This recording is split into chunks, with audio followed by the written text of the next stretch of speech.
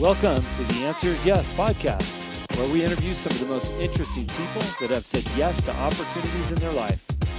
We hope that through these stories, you can learn to create your own destiny by saying yes along the way. Join us as we explore the new series covering topics such as passion, integrity, and hard work. I'm your host, Jim Riley, and I hope you enjoy these interviews as much as I do. I believe that everyone has an important message worth hearing.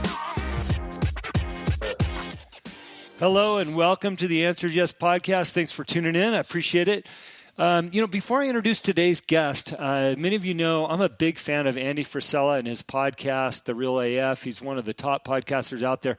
But I get his newsletter, and today's newsletter was titled, How to Harness Real Power. And I want to read it real quick because I think it's not only relevant for people that could be listening today, but also for today's guest and the message of our story. So, How to Harness Real Power. It says, you want to know what real power is? It's the ability to close your ears to the noise and focus on the things you need to get done to move your life forward. If you can do that when the whole world is on fire, when everyone else is going insane, you are immensely powerful. If you've been dedicating your days and nights to improving yourself, regardless of the chaos going on in the world, you have no idea how much power you've cultivated.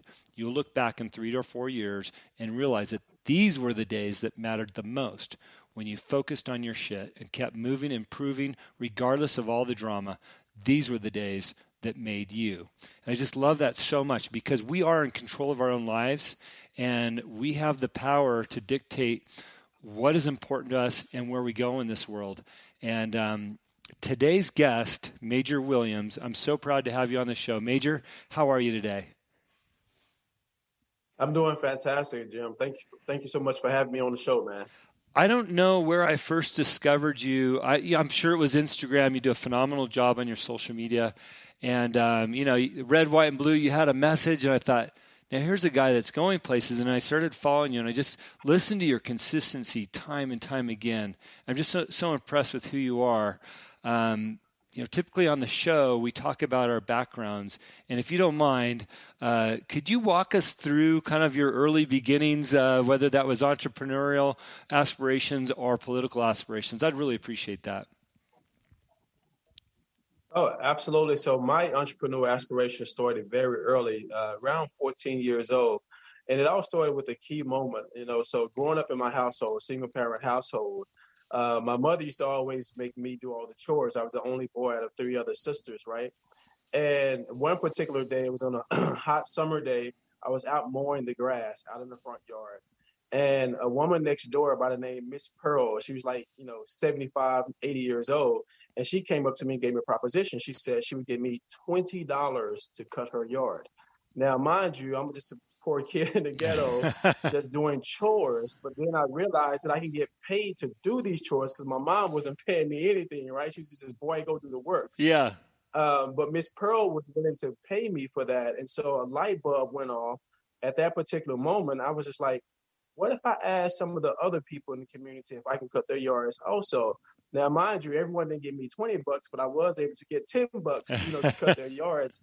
And at that particular time, of course, I didn't realize that was the beginning of my entrepreneur mindset or the spirit of it. But it's something that always propelled me to figure out how to make a dollar, whether it was mowing yards or going to the local car wash selling car incense. Mm-hmm. And so that was the root and foundation of how my entrepreneurship spirit kind of happened. Mm-hmm. Not until a little bit later in my 20s did I understand. I started to understand just the whole space of ownership and just being an entrepreneur and trying to create something of your own. That started with fashion and also being into music and entertainment world as well. I kind of gravitated towards the ownership from that perspective. And so I've always had that mindset to figure out how to create my ownership. And also just really leaning into entrepreneurship in a different way how it could expand. But when I went to college, I went to Louisiana Tech University. I started studying advertising, marketing. And that was a different dynamic because there was still a sense of entrepreneurship because it really depended on when you go into those meetings or to those rooms and you're presenting a product or an ideal, you have to galvanize people to actually accept it, love it, or actually cut you a check for it. And those were a lot of practices that we had in college and even on the debate team. So I was able to use all those elements to become my best self as an entrepreneur. Fast forward, being in the music industry, the entertainment industry, I was able to use all those tangible elements in my marketing as a independent marketing executive. And then it just, it's just inspiring to be able to create something from your ideals. And I talk about this often when I'm out speaking to different people. It's no feeling like job security is great if that's what's for you, right? And I don't knock that. Sure. But to come up with an ideal, to pray about that ideal, put together a business plan, and take that risk, and then see the fruits of your labor from that initial ideal to manifest, whether it be the first sale, whether it be you cutting the ribbons on your storefront, whether it be, someone just give you acknowledgement and credit on how good whatever it is that you're doing is such a miraculous feeling. And so I've always been an advocate for entrepreneurship. I believe that we all have our own different separate routes on how to obtain individual success. And I'm a huge advocate for that. Now, as you saw on my social media, my sons, they think the same way, just like me, but they started way earlier. It took me 30 years to get to the mindset of where a 10-year-old is right now. And he started just 2 years ago owning stocks and having a clothing line, a YouTube channel. And, so he's doing very well. And now he's inspiring his 4-year-old brother to do the exact same thing. And so we're just trying to change the mindset of as many people as possible. Say it's not just one way to do it. Yeah, but that was kind of like my introduction to entrepreneurship very early at 14 years old. I love it. I love looking at the video of your son. He's like, "This is my T-shirt. Look, my name's right here." I thought, wow, kid's got it all figured out. So did you said you came from a single parent household. Were you taught about being an entrepreneur from your parent, or you just aspired learning, hey, I made $20, I can just go after this? Well, the thing about it, even back then, as I said, I didn't relate it to being an entrepreneurship. I just thought I was hustling, or it was an opportunity, right? Because the mindset is different, and the language was very different back then as well. I saw my mom always have garage sales, right? And then we had a candy shop that we operated out of our house, right? So my mom was always doing certain things to bring in extra revenue. We would go and pick pecans and go and sell those pecans. We would go and pick cans and go and sell those cans. So, even at that particular level, I was always in the fray or part of that type of mindset by just watching my mom operate that way, because she was hustling. She was figuring out how to make some extra money to put food on the table. And being the only boy, I was side by side with her the entire time when we were doing those things to try to make extra money for the household. And like I said, it's something that kind of it kind of resonated with me indirectly, subconsciously. Sure. So, when I got of age, of course, I was able to identify some of the things that I was good at and some of the things that I wanted to do moving forward in life, which is create a powerful brand that inspired other people to go after their dreams, their hopes, and their ambitions. So you talk about being in the music industry, which to me feels like it's almost one of the furthest industries from politics. How did you go from being in the music industry to having an interest in politics? And we can kind of dig into that as well. Well, to be honest with you, I've always saw myself as a very complex, a variety of free thinking type of individual. Even when I was doing music, the mindset was to be a mogul. So also I can do a music rap video, but the next day I'm in a full-blown suit closing a 6-figure deal from being a marketing executive. And I just want to show and be an example. And sometimes it's harder to tell people what the example is. Sometimes in real life, you have to show them that example, because honestly, that's how I learned. Seeing actual people who went through the certain things that I'm trying to obtain, do it in real life. And so I wanted to be that example and say, hey, I'm going to be the next Russell Simmons, or I'm going to be the next Puff Daddy, right? Because those individuals did multiple things and were successful at multiple things. And growing up in, the type of neighborhoods and the community that I come from, you probably cliche heard this, you either sell drugs, you become a basketball player, or you become a rapper. Well, I did 2 of those things in regards to basketball and become a rapper, right? And as far as the political side of it, I wasn't really strongly political up until the last 4.5, 5 years ago. So that when I say music, this was very early on. I'm 43, now, so of course I'm not in that same headspace creatively with music. But I think everything is political. And that's what I say to a lot of people now, being an actual candidate. I say, everything is political, whether it's your interactions with your friends, with your relationships, existing day to day with peers and people in life. It's all political because you are negotiating. It's kind of like a business transaction of emotions and Mm-hmm. energy and time.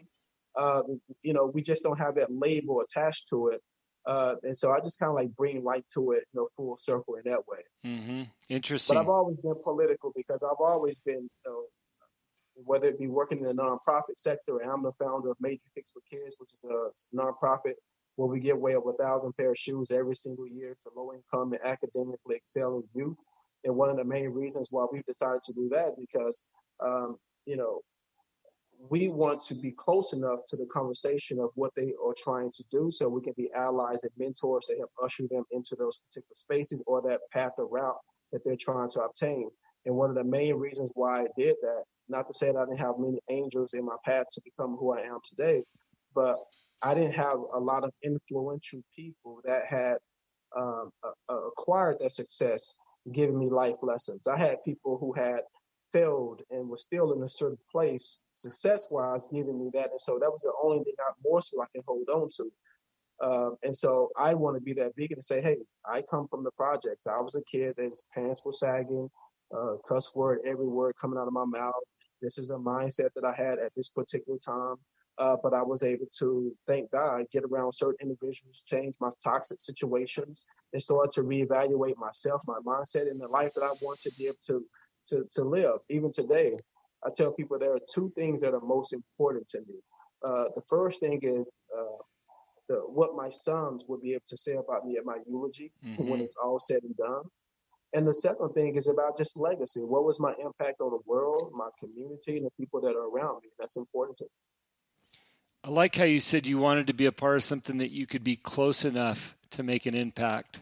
Because so often we become a part of something, but we're a check writer, somebody on the Yeah, phone, and by getting close to people, you really can make that impact. I really want to encourage others to try to get close to those situations, whatever that might be, because then you can have that real heart put into the program. So thank you for that. absolutely. So you start dabbling or thinking about politics 5 years ago in your life to a different level, and I do believe you. Everything you do has some politics to it. But at what point do you say, I'm going to go all in on this because it means so much to me? Because it's no small feat. You're running for the governor of one of the most powerful states in the United States, with an Right, economy probably as large as it could be anywhere in the world. right. Um, so at what point did that click and you say, you know what, this is what I'm going to do? Well, honestly, it was kind of like thrust upon me. I had an opportunity to work with a good friend of mine by the name of Cole Harris. He's from San Marino, California. He decided to run for lieutenant governor. And the story goes, we were in his backyard one day, and our kids were all playing at a birthday party. He leaned over to me and he whispered, "I'm going to run for political office." And the first thing I said, "Why?" you know, so he decided he was going to run for lieutenant governor, and he offered me an opportunity to join him from a marketing executive standpoint to handle marketing and community outreach. After a quick consideration and thinking about it for a day or two, I said, you know what, sign me up, I'm all in. But the turning point was being able to be a part of a campaign for 6 months. That was a highly funded campaign, meaning that we had the best of the best people around us giving us guidance and understanding strategy, optics, statistics, data, and actually how to win the campaign and be effective. But the most that I took away from it was traveling up and down the coast and having those conversations with individuals in different towns that I've never heard of, Mm-hmm. and just hearing some of their plights and understanding that uh, uh, California is bigger than Los Angeles, right? In LA County, I mean, everyone has different grievances and different issues. But what was more compelling to me, being an entrepreneur and a small business owner for the last 20 years, is that me and my wife, we have to have an imagination on how to be creative every single month to keep the lights on. But what I continue to discover as I was talking to these individuals, and